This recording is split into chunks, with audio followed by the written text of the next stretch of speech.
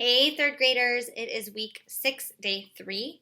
Today is kind of a long one, so go ahead and grab your packet or a piece of paper and a pencil, and we are going to get to work. Here we go. So, for our do now, or our warm up, they have a tally chart for us to take a look at. So the great thing about tally marks, these are a special way to show data, and they're pretty easy to use. You've probably seen them before, but I don't think we've talked about them this school year. So I just put a little helpful chart right here to the side to remind us. The cool thing about tally marks is that for each line, it just is one. So if they asked 2 students, each student got a line. They went ahead and asked a bunch of kids, what's your favorite pet? And they put their answers on this chart. The tricky part is when you get to 5. When you get to 5, you have to put a line across and then you start over. So if you take a look at cats, there's a 5 and a 1. So I know that 6 kids said they like cats best.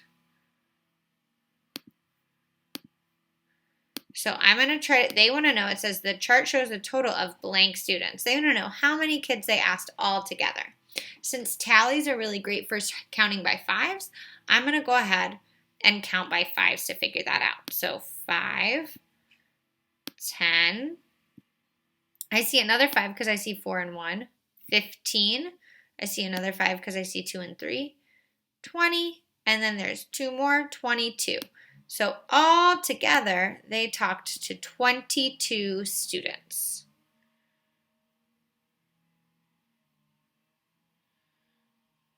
All right, let's see what's next. Here's my chart again. And now, remember too, they have another chart, and the directions say use the tally chart in problem 1 to complete the picture graph below. The first one has been done for you. So a picture graph is another way to show data or information with numbers. For each circle on this picture graph, that represents one student, just like each tally represents one student. It's important to read the key on a chart because sometimes the shape doesn't mean 1. Sometimes it means more than 1. For this chart though, one circle is one child. So to make this tally chart into a picture chart, I need to put a circle for each tally that I see. So for the turtle, I need to put 4 circles. 1, 2, 3, 4. Here's the important thing about a picture graph. Do you see how my circles are lined up? So I know just by looking here to here, that's 4. So I can tell right away the cat has more students that like it than the turtle. So it's important when you're filling in this chart that your circles are lined up.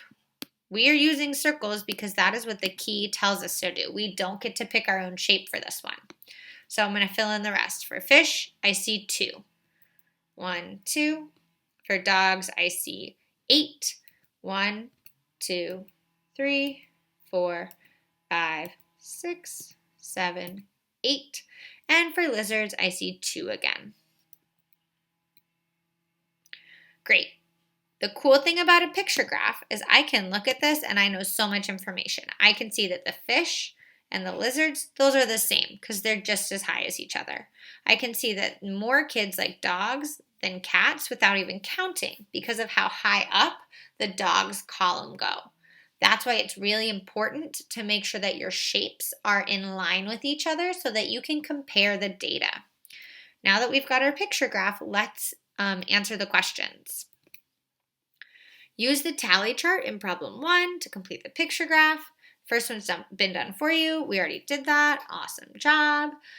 Now it says the same number of students picked and as their favorite pet. So we're trying to look at this chart and figure out which 2 animals are equal. I look and I see that fish and lizards have the same amount. So there's my answer.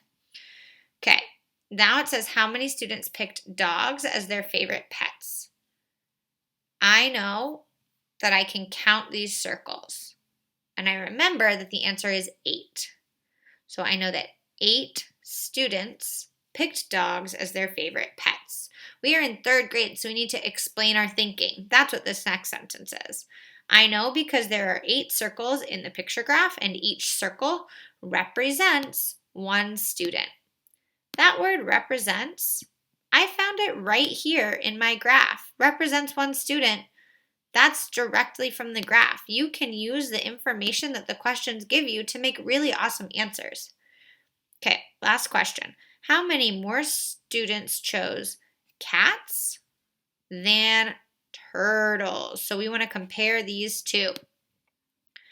How many more is a keyword that I remember from our multiplication chart. Where do you see it? Yeah, I see it under subtract. So we're trying to find the difference between these two. Now you could count and do subtraction. However, look what I just did. I drew a line from turtles to cats because that's where they're equal. Then I can count how many more the cats have after that. So the cats have 2 more than the turtles. I can check my answer with subtraction. I have 1, 2, 3, 4, 5, 6 cats minus 4 turtles, which equals 2. So I was right by lining it up and counting. I got the right answer because I lined up all my circles, and then I checked it with subtraction. So take a look at the sentence that I wrote. Sentence is, 2 more students chose cats than turtles. I know because on the graph, I see that there are 2 more circles in the cat column than the turtle column. I can check my answer by doing 6 minus 4 equals 2 because there are 6 cats and 4 turtles. This answer explains everything I need to know about the picture graph and subtraction. It tells the person reading this question that I understood all parts of this problem. If you don't have at least one sentence written down for letter B and letter C, you need to pause the video here and get something written down. You can look at my work to help you, but you need to have something written down as a sentence to explain your thinking. We are going to move on to the next question now. All right, here's our new learning. There's a lot of big words happening here and a lot of explaining, but this is stuff that we did with Miss Fifield and Miss Cotter before we left. So let's take a look. It says estimate to equally partition and label the fractions on the number line. Whoa. So estimate, remember that's just a fancy way to say do your best, do a guess, do a good guess. So we're going to just make it a good guess. We're going to do the best we can to partition the fractions, the number line. So partition, remember, means we're going to divide into equal parts.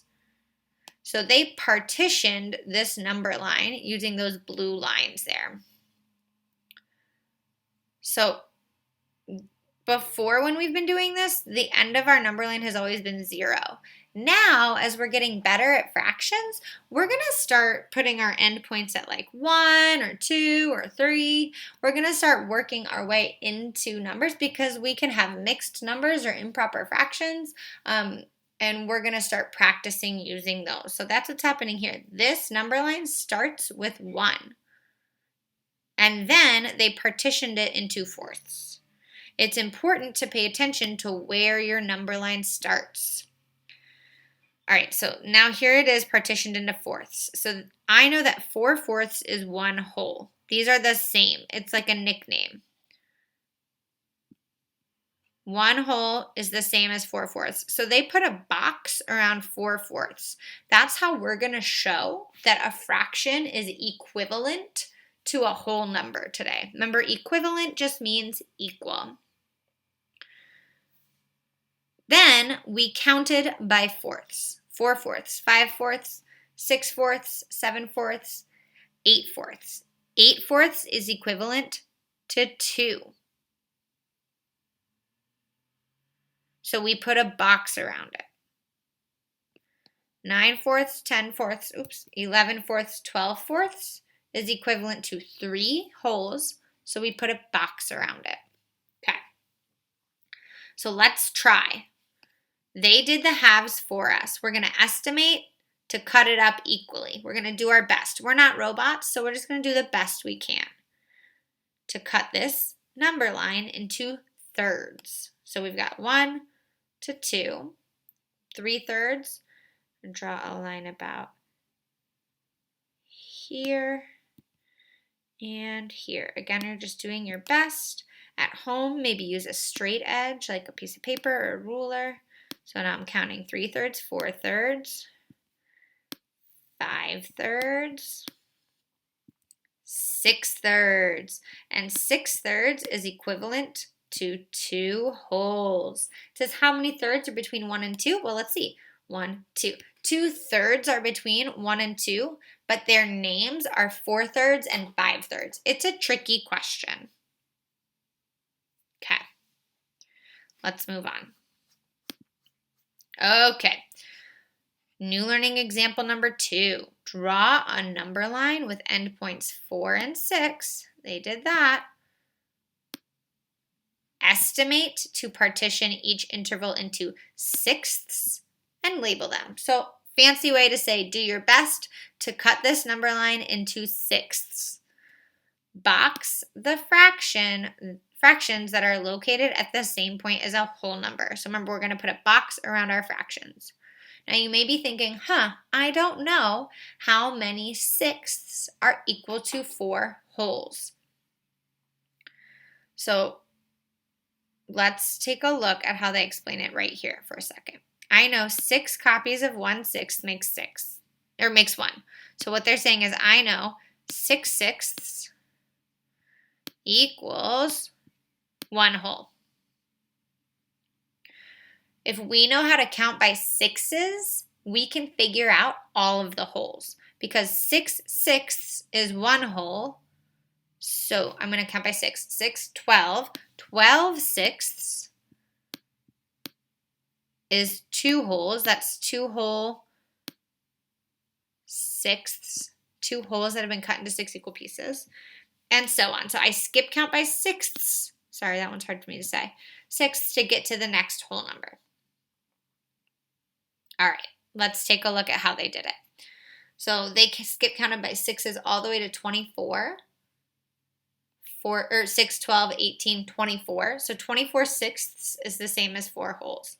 We also made sure to put our 5 in the middle because that's the whole number we were missing, 4, 5, 6. Great. Then we just count it by sixths. 24 sixths, 25 sixths, 26 sixths, 27 sixths, 28 sixths, 29 sixths, 30 sixths. Whew, it's a tongue twister. All the way up. And we put that box around our equivalent whole number fractions. Let's try it. It says draw a number line with endpoints 0 and 2. So first I'm going to label my endpoints. Step 1, 0,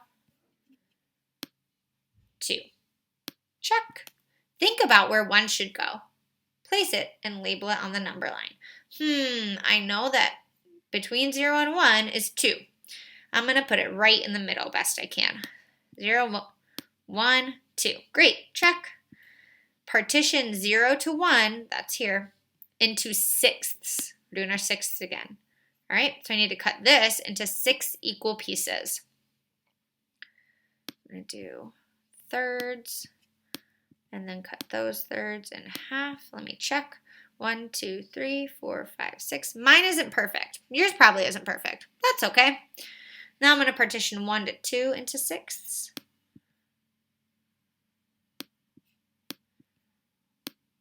One, 2, 3, 4, 5. Wait, 1, 2, 3, 4, 5, 6, 7. Oops, look, I made a mistake. Do you know how I caught myself making a mistake? I counted the spaces instead of the lines. Don't count your lines to figure out if you cut it up right. You count the space between the lines. I had 7 spaces, which would be sevenths, not sixths. So let's try it again.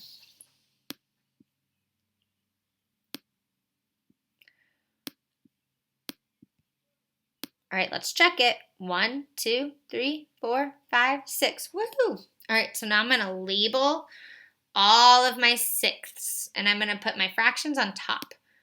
1 sixth, 2 sixths, 3 sixths, 4 sixths, 5 sixths, 6 sixths, and 6 sixths. oof, that's hard to say, is equivalent to 1 whole. So I'm going to put a box around it. 7/6, 8/6, 9/6, 10/6, 11/6, 12/6. There we go. Put a box around 12/6 because it is equivalent to 2 wholes. Nice job. If you were confused or you need more time to copy, pause the video here. We are going to keep cruising. Problem set. Estimate to equally partition. Remember, that just means cut up. And label the fraction on the number line. Label the whole as fractions and box them. Okay, so here we're doing halves. That means my denominator is 2. 2 over 2 equals 1 whole. First, let me partition or cut up my number line. So that's about half. That's about half. Now I know 1 whole equals 2 halves. So 2 wholes, let me count by 2's. 2, 4. All right, so 4 halves equals 2 wholes. Great. Now I can count 5 halves, 6 halves, which is equivalent to 3, so I'm going to put a box around it. 7 halves. Oops, I just started drawing the wrong number. And 8 halves. 8 halves is equivalent to 4, so I'm going to put a box around it. Nice work. All right, now we're going to do fourths. I'm going to remind myself really quickly that 1 whole is equivalent to 4 fourths. The nice thing about doing halves and then doing fourths is that you can use the half that you already did up there to help you make fourths, because you just take your half and then you cut your half in half. And now I have 4 equal pieces. I'm looking at my number line and I'm realizing I'm missing a whole number. What comes between 3 and 5? You're right, 4. Let me put my 4 in. Now I need to figure out how many fourths are equivalent to 3 wholes. So I'm going to skip count by 3's to find my denominator. Do it with me. 3, 6, 9, 12. So 12 fourths is equivalent to 3 wholes. Great. Now I can count. 12 fourths, 13 fourths, 14 fourths, 15 fourths. Oops, I wrote fifth over there. I don't know why I keep doing that. Hopefully somebody caught it. That's probably why I figured it out. All right, 16 fourths is equivalent to 4 wholes. So let me put a box around it. Great. 17 fourths, 18 fourths, 19 fourths, and 20 fourths. 20 fourths is equivalent to 5. So I'm going to put a box around it. And last but not least, I need to do thirds. Before I start anything, I'm going to remind myself that 1 whole is equivalent to 3 thirds. Now I'm looking at this number line, and I know there's a lot of numbers between 6 and 9. 7 and 8, they're missing, right? So I need to fill them in. 6, 7, 8, 9. Okay, now I'm going to fill in my thirds. I need to break each part into 3 equal pieces, which means 2 lines. 1, 2, 3 equal pieces. 1, 2, 3 equal pieces. 1, 2, 3 equal pieces. Do the best you can to make each section equal. So I know 3 thirds equals 1 whole. I need to count by 3's 6 times to figure out the numerator for the fraction that is equivalent to 6 wholes. So do it with me. 3, 6, 9, 12, 15, 18. Okay. So 18 thirds is equivalent to 6. And now I can count up by thirds. 18 thirds, 19 thirds, 20 thirds, 21 thirds, 22 thirds, 23 thirds, 24 thirds, 25 thirds, 26 thirds, 27 thirds. Now you're probably screaming at your TV right now or your computer and saying, Miss Fisher, you forgot to box the whole numbers. You're right. Let's do it. 21 thirds is equivalent to 7. 24 thirds is equivalent to 8. 27 thirds is equivalent to 9. All right, let's check out our next problem set problem. Partition. That's a fancy way to say what again? Oh, right. Cut or divide. Partition each whole into thirds. Okay? Label each fraction. Count up as you go. Box the fractions that are equivalent or that are located at the same point as whole numbers. Let's do it. We know how to do this now. So here's 1 to 2. I'm going to cut that into thirds. Great. 2 to 3. 3 to 4. Oops. All right, here I go. I know that 1 whole is equivalent to 3 thirds. Going to go ahead and box it as I go this time.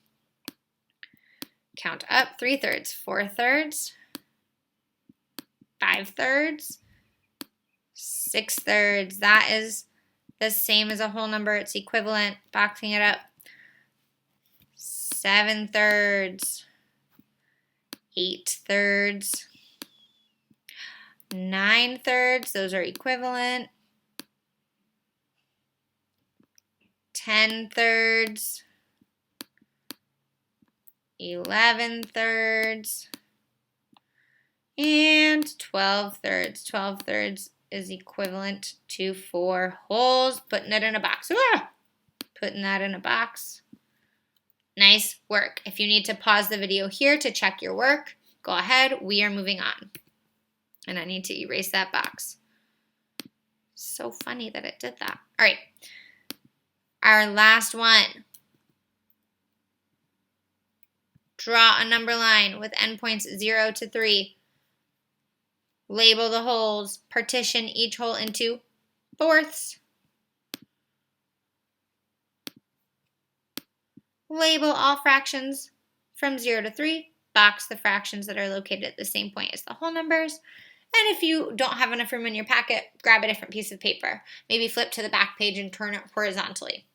I went ahead and drew up my number line and my endpoints because, as you can probably tell, my handwriting is pretty sloppy. So I didn't think I'd be able to do this very well. I'm going to start at 0, 1, 2, 3. There are my whole numbers.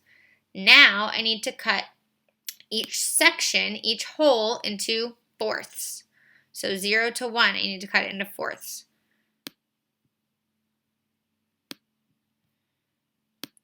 Great. 1 to 2, 4 equal pieces, which means 3 lines. 2 to 3, 4 equal pieces, which means 3 lines. So now I've got 0 fourths,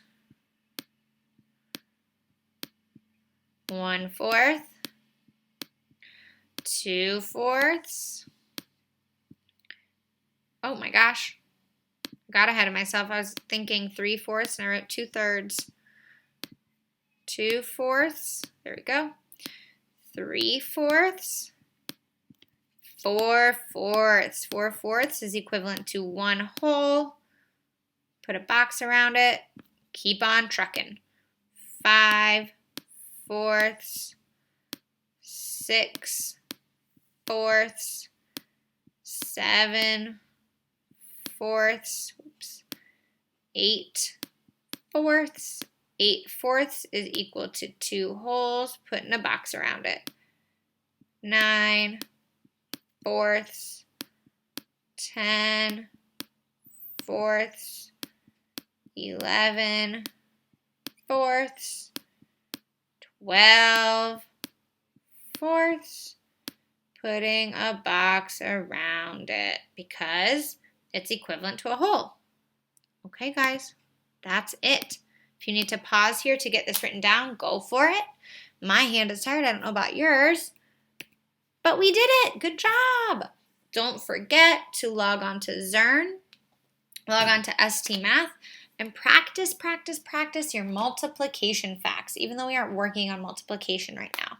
Miss Julian created some really fun multiplication fluency YouTube videos. I'm going to put the link to that YouTube playlist on our page. So if you are done with your work today and you don't want to do Zern or ST Math, go ahead and click on over to those videos and practice some of your multiplication fluency with her.